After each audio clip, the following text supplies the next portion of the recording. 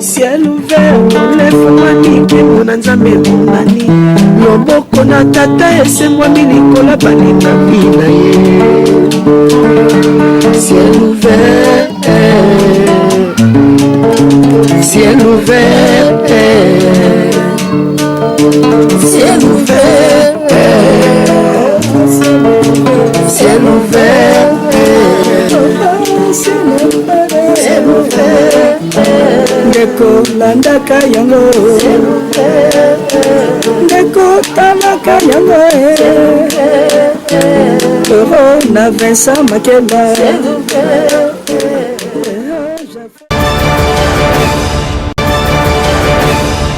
Abonnez-vous, suivez-moi sur notre chaîne YouTube. Ciel ouvert TV. Ciel ouvert TV. Ciel ouvert TV. C'est jamais déçu. Abonnez-vous. Vous aurez des émissions, des concerts, des prédications. Ciel ouvert TV. Et voilà que... Bonjour, bonsoir, ça dépend Herbe Rizwelango, cher internet Nabiso, le losus tozongeli musala, les abongai, maman Bénédicte, nel sous le lot, pour ça musala nzambe, tozaki moi mke confiné, mon qui est confiné qui biso menangolo nzambe, toza déconfiné pour bat, ouais nzambe va confiner à bamote. Mais les autres sous na ciel ouvert TV na chaîne nabino o mesela ma Olanda R nous toujours bon nzambe toye tozongo pena ma 1 tozongo makasi koleka Mario que tozamo mke na mawato ciel ouvert et perdre une grande journaliste il très joli kenda na sûr que bon la photo na eza déjà wana to tu perdre eza vraiment passe mingi donc to annoncer bino yango mais le mouvement na yeli lelo awa eza mo mke mosel na nzambe pasteur Vincent Makeba Marie tout azaki peu souffrant ande ko bela makasi a beli vraiment donc mosel na nzambe menzamba c'est les grâces azongi vraiment en forme na ngolo nzambe donc ba miracle mom kezoya beaucoup na ba miracle na ba preuve beaucoup ça vraiment nzambe makena sala coopération ça cicatrice ça la ngo vraiment to comme si nzambe quand mosel na pasteur Vincent Makeba bon toye parce que pasteur Vincent Makeba a causé vraiment pied levé alala kini azavement sous kirne to le bana mokili azomena moi kisi alala ki me mosel mo kanza pe amnene moi servante éternel aki pona ko lobisa ya zamutali boso lobisa mosel na pasteur Vincent Makeba pona ba déconfiner église alors pasteur Vincent mo mukie na ngolo nzambe to landa yango no comment. Papa pasteur Vincent bonjour. Bonjour ma sœur, la servante de l'Éternel Isabelle. Vraiment, on a aussi prendre un andaku par rapport à la reprise à l'église. On a aussi prendre un andaku pour nous voir comment les autres comme stratégie pour la reprise à l'église. Merci la servante de l'Éternel, ça fait longtemps, tout le monde en a été. Dans un peu convalescent, mais on a vraiment depuis na maladie aux hommes tradition de bisinga nzamba les gana opambola yo na remercier yo na remercier le valable na remercier peu madame nanga nzamba les gana opambola bino olobi pour na retour à l'église l'église zongi mais zongi na ba condition or que biso to na condition moko sengete to saka isa mibeko ya nkolo kubanga nzambe na maloba oyo nkolo a pesa biso mais oyo bazongisi biso na ba condition botaka biloko kwa ba ninja soki libo pesa na mbote te tsa ba nini papa oza makambo comme so ba ninja na kati église mais to ba ninja ko yo moteke ba comme so ba ninja la makasi or que biloko ça n'a rien à voir avec le sali ezako na sali na ndeto ya mbele Masia eza na rapport moko te na foi ya mutu donc au moni ke bango ba libérer baba tout ça banini mais bati ba condition bati na l'église te pour moi que il y a quelque chose de flou servant d'Isabelle mais papa nazo comprendre nga pe na tout na non pe mutu nango na église balobi 1 mètre te balobi ko sukwa maboko te balobi pe thermoflash te mais na l'église ba exiger on a habité pourquoi na babar ne balobi bongo te mais na l'église balobi ndenge wana ozomona ke parce que tel c'est que mboka na biso ezotambwisa na bato baza bato nzambe te ce sont des satanistes yango moni bazo bimisa biloko ndenge wana or que c'est ngaki babar na l'église soko teli malamu na réellement soki malade oyo ezalaki et c'est là qui va fongola na liboso l'église parce que na quatre église il y a et ça na bleu balé maman Isabelle nzambe aki obikisa bato physiquement pe obikisa bato spirituellement donc miracle moi le qui na vie na ngai so na episode motam so ndima ngote oui na bela ki makasi mais tato bondel mingi nzambe nzamba sali grâce ba opérer nga spirituellement oh ngaka si po bela ki corona po pasteur mi ko pa zo ki yango e nzamba sali ngolo atelemi bana nzambe biloko wana ekoleka biso parce que tout ça na nzambe ba opérer nga spirituellement physiquement vous nazali na pota ma pe 3 jours pota na limwe donc nzambe akosala ba makambo yo ekolekela batanduma bato donc mibeko bato batiaki wana esepelisaki nzambe te mais lokola l'état zali tosa mais bato babosanaka te ke l'état etambolaka mingi na satan ke na nzambe. Ah bon? Oui, l'état etambolaka mingi na satan ke na nzambe yango monaka mabaka mingi bazwaka ezalaka kaka contre bonzambe, contre la parole de Dieu mais nakosenga na bana nzambe bato sakaka po bazwa ba raison te boye na boye tokozwa bongo na propre piège na bango biso pe tokosala kaka ndenge balingi mais foi na biso nde tozo compter liboso ya nzambe eza ba masque wana te eza soki kopesa la moto soki ndenge nini te voilà. Siko ba stratégie ni bobongisi pour na église parce que bandeko basi balemba kita molai ba mesani kolala ba bungi ba date bazo ba soute o leleza lundi to mardi bazo ba soute siko to reprendre ba jour na biso normal dimanche za na jour nango samedi za na jour dimanche za na siko bobongisi ba stratégie ni pour na kolamusa ba na nzambe na ben o ba bongisi pendant 4 ou 5 mois. C'est ça le problème parce que ba sek na biso mingi ba sente bango. Ah bon? Oui, mingi même sous ba koti mabala ba frère ba mais baloba qui confiné vous restez à la maison ce qu'on nda ko libala ngo ba côté confinez-vous vous êtes ya maloba est-ce que toi il confiné solo parce que nous sommes battu ça la base de mon sala hôtel ils auront fonctionné battu ba mourir pe ba na ba ko bazo za kaka bandumba batika kite ba stoppa ki l'église mais nous c'est ça qui na ko marché na biso ko kota écoute ba mourir ba profiter qui parce que tu besoin qu'on se confiner ndenge wana ba quelque part bon ba pas se confiner pour se mettre à mat donc vraiment c'est diabolique maman Isabelle servant de l'Éternel mais biso tout le temps ça m'a stratégie parce que l'église est ça m'a stratégie mais tout le temps ça m'a inspiration Saint-Esprit n'est Saint-Esprit sur le biso tout ça là yango malgré ba membre mingi ba pengui ba tumsupe ba bossa na bango ba msupe ba profiter au moins moi na zoba ceux qui mbule zoba est en classe zate a recepela et pas que les classes bandimi pe ya oyo baza bandimi encore te ndenge le ba profiter ba sepeli yo monte bandimi so baza ba ke ba passa pe ba lekisi oh betel solo nan ba passer ba lekisa ba batela amna yo na kele pe leki mingi ba passa pe ba lekisi na mona butu mo butu ba ki to pemi chaque fois que vous faites action de grâce,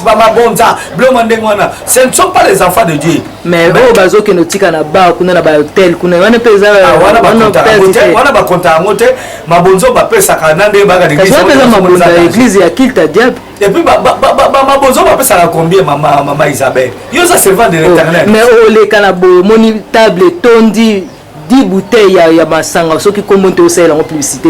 c'est normal kasi ça timpe wana bazo pesa ya diable voilà kasi c'est normal pour d'après bango mais ceux qui va passer maman Isabelle moi mon diable Alexa te ka église même de l'église ah c'est ça le problème voilà ça pour bandimi ya mabe na obengo tu bango ku bandimité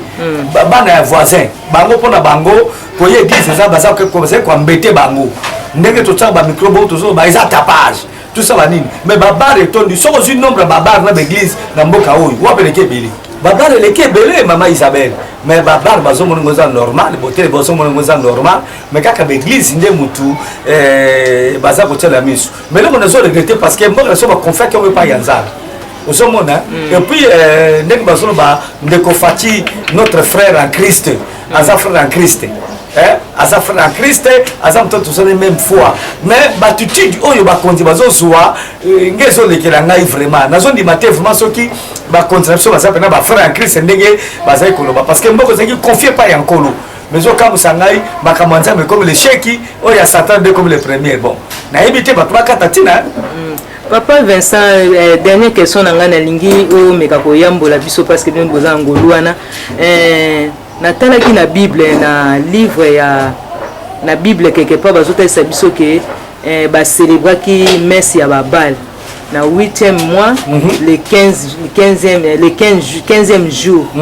sikoyo na temps na tangi yango na moni pe ba reprise na biso église pe date yango coïncider na ndenge mokonzi alobaki ke les 15 8 mois l'église zo reprendre sikoyo e coïncider samedi mais biso to reprendre ki les 16 na ebité ko koloba ni ko interpréter date yango comment on peut ces révélation maman parce que on a écouté une idée wana té mais on peut quand même nzamba inspiré yo isa malam omoni makamno to sala na mukili oyo et na simana yango ezalaka na moi esprit moko na sima tout ce que nous faisons dans ce monde il y a un esprit derrière ba makambo wana to komekana no kobeta no calcul ya date wana opesi ndemo opesi sur la révélation wana et puis to kota la profondeur to sala banquette spirituelle to eba est-ce que ezali lié na ba cérémonie ya ba culte nzamba bal to ezali kaka par hasard yango kaselo pende ils ont inquiété nga ils ont je me qui avec ça bona et coïncidence ou bien ndenge nini ya de nabi to ça no banquette na biso spirituel total là nous soki c'est sataniste c'est satanique ou bien coïncider kaka par hasard ndenge wana mais je crois que eloko le bezali très important bana nzembo fungola bo fungola misu to mi pesa mingi na ba ordre mukili oyo te ba système mukili oyo te parce que antichrist azali koya fin du monde des alikoya Jésus-Christ se réveille bientôt alors le système n'est surtout un type on va cacher il y a 66 il y a un autre zomo na yango à utiliser ba démon mais à utiliser ba troko la biso plus précisément ba konza mukili oyo bango de satan ko se servir na bango il faut que ça attention que ça la mingi comme pesa mingi na bloka mukili parce que to quoi ko zanga lola to ko zanga Jésus-Christ oyo akufela biso ne kulusu wazali ko public na biso voilà maman. Voilà malobezaka pana yo to comme na suka olobini ni au concret comment na conclure que bana nzambe bazala éveillé ba mi pese pa yankolo malgré tout ba mi pepe oyo na robenga ngo persécution te na robenga ngo peso nini te mais beza mi pepe moko yaki mais Jésus-Christ a vaincu déjà le monde yeso longa mokili lokola ya longa biso pe to longa to kanga manankolo pona bana nzamba solo bandeko yanga ba race na ngai to kanga manankolo to le baté to le église te to comment dirais-je to le basali ya nzambe te parce que muto akobika kaka na nzela ya koyoka basali ya nzambe bato bakosa bino te basali ya nzambe azali très important l'église comme bâtiment et ça fait très important muto akoso te ke église eza motema na yo motema no okoka mateya te na motema na yo kopesa offrande te na mateya no exhortation te na mateya na motema na yo makamiki elekaka na église biso tokendaka lokola église locale ekozala te bafaux prédicateur bakosabino te ke bokenda église bâtiment te église ya motema na yo boye na boye bazopengwisa bino nzambe oyo asala l'église nzambe oyo atia bapasteur aza zoba te ngana yo toleki na mayele te tozala vraiment très trop même prudent parce que tango oyo ekomi tango mabe makambo ya mabe ekomi nango polele voilà napesi mbote mingi epai ya ndeko na ngai nalingaki mingi akoma mpe lokwa lipasa malgré tout moi kala tomonani te pasteur Nico batika le guerrier nzamba pambola ye napesi mbote epai ya banyonso balandi ngai ça fait un peu longtemps mikolo tokozongazonga bokomona biso que le Seigneur vous bénisse. Merci beaucoup bandeko batali ou à Silver TV na bi ke bolandi yango vraiment bolandi on na makasi nyonso na bolunga nzambe omoni mosali na bino oya bino o sela nzambe na ye o sela pe bino po bino boza bala nzambe tozana ka pona ko servir bino azaki vraiment malade makasi mais nzambe asali kasa telemi ka polo asala nzambe ndenge baka apena soda za sardine ndemo ko bali nzanze si babwaka soki mutu soki bakata soki ndenye mo ka lobaka imu mto yebisa bino yango bien. Maman Mosel Moné Nzambe, maman Isabelle, ça va t'étonner à cause de alors à épicer bino na so ke bolanza vraiment bien. Alors na ko épicer bino vraiment to yesu na mawa makasi et de comme ça tout ko perdre c'est munene on est ko sala bon journaliste munene on est ko sala na chaîne na bino pe na chaîne sur na biso on est ko sala comme na canal Kin télévision on est ko sala place mon na pasteur Vincent Makela alors a tu ko kufa na si boye bien c'est la émission qui toko makasi bolinga ka epé trop alors tu ko perdre car brisque boabeli car une semaine tu perdre toi vraiment na mawa mais nzambe bokas nyoso asali ke to za sur le lobso auto tikali to zongi si poto lo ba poto tikati poto na mawa to lobela car misala nzambe alors bolani mo moseli nena nzambe pasteur Vincent Makela alobi bino bato obolandi bokata bongo ntina bana nzambe bosambela loyenge te bozalaki confiné lelo bokomi déconfiné alors yo bino moko ozwi yango ndenge nini ni bosali nzambe bomoni yango ndenge nini alors bokata ntina oyo ya matoi oyo boyokilaka nzambe moto matoi ayoka kosambela loyenge te mokili ntango ekomi ya kobeba donc mokili ekomi mabe makasi bosalela nzambe kati na solo napesi bongo merci na moto ayaki bongo na nsima ya caméra na ngai long valable Cédric Makela asali mosala ye moko donc asali mosala makasi napesi ye merci mpo ye mopeka na montage ye moto amonte tokomisi bongo nzambe na nkombo na yesu blanda Silver TV bolanda yango mama mati bolanda na nkombo na yesu amen.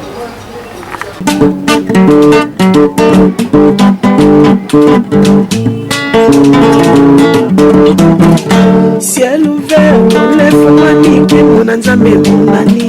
loboko na tata esemwami likola baninga bina ye. Ciel ouvert, ciel ouvert, ciel ouvert, ciel ouvert.